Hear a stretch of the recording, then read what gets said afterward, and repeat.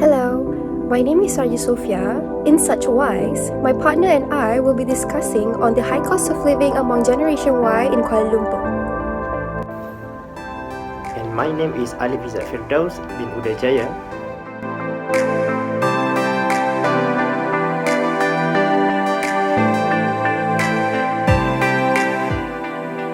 Malaysia is one of the developing countries who is now still facing the stage of a problem where the cost of living are continuously rising due to a constant obstacle in maintaining the standard of living. The higher the standard of living, the higher the cost of living will be, vice versa. People who live in urban areas like Kuala Lumpur, Shah Alam and other urban areas need more money, more income to survive due to higher costs need in order to have basic necessities, unlike in the rurals. Price of basic necessities like foods and houses are even more costly and different compared to the price at the rural areas. There are many policies and programs done by the Malaysian government in order to help the people. However, there are only 43% are found happy, while the rest are either have been dissatisfied or being uncertain, which is definitely a sign of anguish discontent. The truth of the matter is that Malaysians struggle to reach ends, particularly from those in the bottom lowest quintile of the remuneration package. At the end of the month, the average Malaysian urban family had nothing left to save. To know whether this is a fair assessment, this research hopefully can help and benefit many parties in finding or researching the information needed in order to solve the problem of high cost of living. For the problem statement of this study, mentioned by Syahri, the cost of living is expecting to be continue increasing by 2020. That is impact from the SST 2.0, which at the same time, there is also estimated that 27% of households are still below the living wage level. According to the Rochway, there is a concept by an economist which think the high cost of living is a normal issue to face in the situation of a developing economy and a country. It happened due to the inflation of money, whereby the retail price of goods is rising faster than the wage. As we know, Kuala Lumpur is one of the exciting city in Malaysia. However, Anwar said Kuala Lumpur is loaded with higher housing market which has driven up the cost of living. Even worse than that, when there is a decrease in real wage growth according to Surendra. There are many factors that lead to the high cost of living. Prior to our objective study, it is to identify the main factor of the high cost of living, especially among the Generation Y. For the research question of this study, first, what is the factor of high cost of living among Generation Y in Kuala Lumpur? And second, is the government policy or program enough in helping the high cost of living?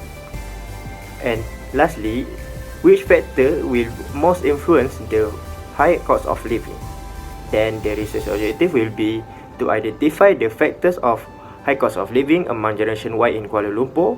Second, to examine the effectiveness of the government policy or program.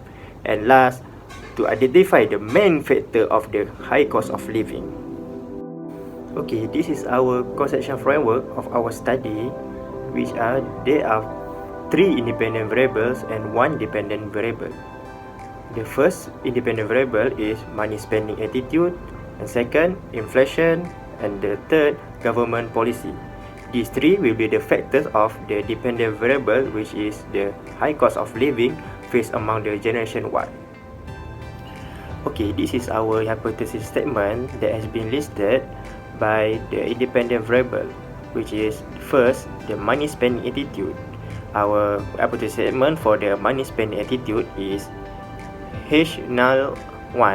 There is no significant and positive correlation between money spending attitude and the high cost of living among Generation Y in Kuala Lumpur. For the H((1), there is significant and positive correlation between money spending attitude and the high cost of living among Generation Y in Kuala Lumpur. For the second dependent variable, inflation. For the H(2), there is no significant and positive correlation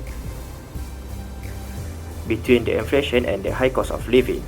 For the H(2), there is significant and positive correlation between the inflation and the high cost of living. And the last independent variable, which is the government policy, the hypothesis statement is H03, there is no significant and positive correlation between the government policy and the high cost of living among Generation Y in Kuala Lumpur.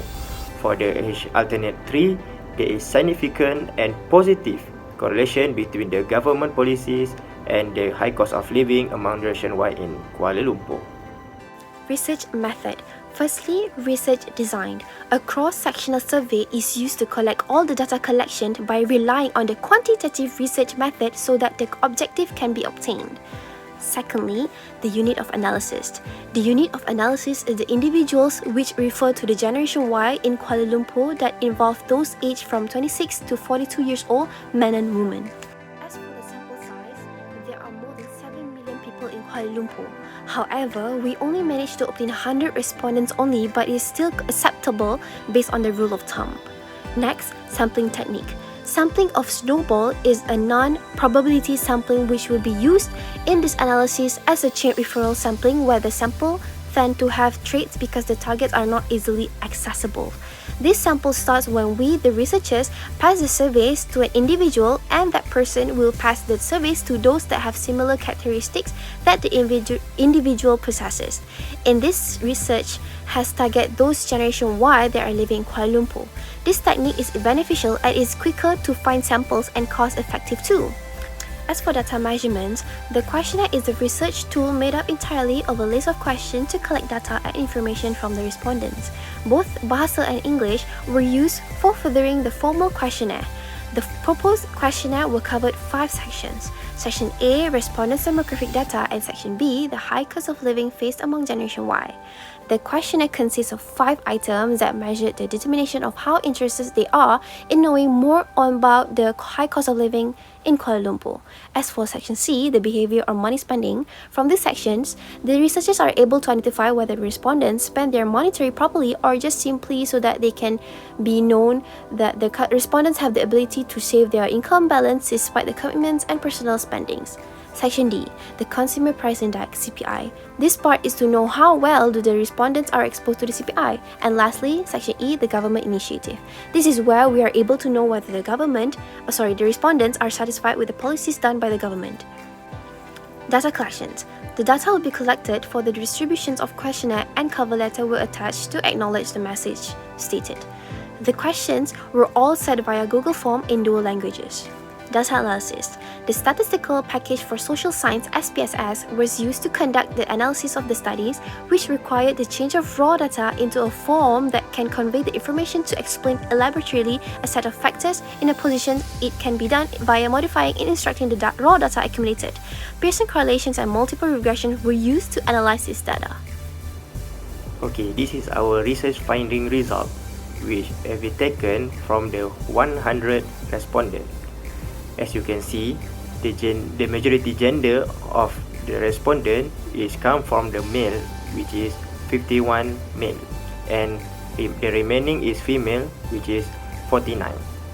For the age, the majority of age, which is the 26 to 29 years old, is the majority of the respondent that answer our questionnaire, and the least is from the 35 to 38 years old. And for the employment sector, the majority of respondent is from the private sector, and the least employee that answer our respondent is from the public sector.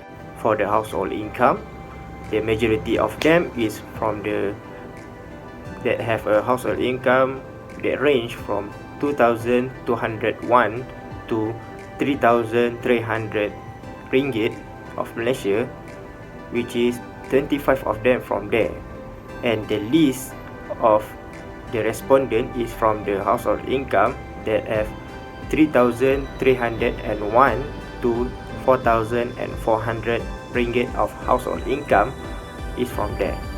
For the area of residence, the majority of our respondent is from Cheras, and followed by the Wang Semaju, which is both of them is collected more than 20 respondents, and our least respondent is from Segambut and Setiawangsa, which both of them only collect 1 respondent. And for the last question that we ask is, have you ever faced this problem, which is the high cost of living? And majority of them is answer yes, which is 87 of them, and the remaining is 13 is answer no. Okay, it's a time for the hypothesis testing. Before this, I have mentioned all the objective and the hypothesis statement for this study. We have used the analysis of Pearson correlation and multiple regression. We get the result from the 100 respondents for this research study. From the result, we can relate that hypothesis 1 and hypothesis 2, and last the hypothesis 3, we can relate that all of the result get the positive Pearson correlation. Therefore, the hypothesis will be accept H alternate 1 and reject H null 1. For the second, accept H alternate 2 and reject H null 2. And the last, accept H alternate 3 and reject the H null 3. All these hypothesis statement can relate to our first objective, which is to identify the factor of high cost of living, which means all of our factor has a correlation between the variables. For the second objective, we can see from the based on the R value that we get from the Pearson correlation result. Based on the R value, variable of government policy has strong relationship between the high cost of living among generation Y in Kuala Lumpur.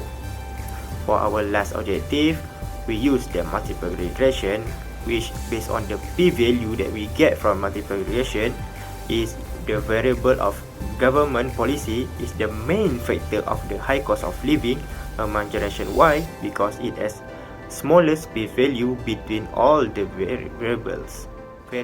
First implication is to increase the level of minimum wages. It is sad to know that the minimum wages set by the government hasn't changed that much for more than 10 years. There is only a raise of 100 ringgit only, where the minimum wages set this year is 1,200 ringgit compared to last year. The workers deserve more, especially to maintain their standard of living, even for those who live in an urban area. Next, the control from the government on the price of goods. The government really need to check all shops and stores and the rest of the markets, as most of the places sell similar items at different prices. Also, the market price of the goods and services are too high expensive, so it is very hard for the citizen to maintain their cost of living every day. Lastly, it should be more open job opportunities. This is because many Malaysians are still struggling to find a job to feed themselves every month.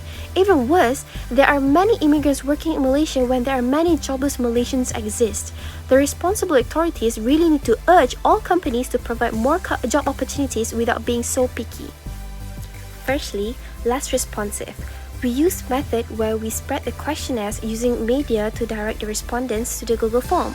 However, we can only manage to interact verbally, so it won't be able to know if they actually did the survey immediately, or some might just send our texts and messages and forget about the surveys. To curb this matter, future researchers should really reach out the respondents directly face to face to interview so that they are able to see the respondents do the surveys on the spot. Secondly, sample size. The size we aim is only in Kuala Lumpur, so it doesn't really represent the whole generation Y. And therefore, future researchers need to widen the sample size to gain more respondents easily. And lastly, lack of studies and exposures. Unfortunately, not many resources we can get to accomplish these studies, as cost of living among Generation Y especially are still a taboo. So there should be more scholars and writers highlights and stress more on these issues to ease the research for future researchers. To sum up, this research is all about the high cost of living that the Generation Y is facing in Kuala Lumpur. In fact, the research in hoping that it would be convenient and helpful for the next and other researchers for them to gain more information regarding to the related matters, and at the same time to obtain new knowledge on the relationship between the high cost of living and the factor that have been discussing on, since this study has been focused on it throughout the whole period of research had been conducted.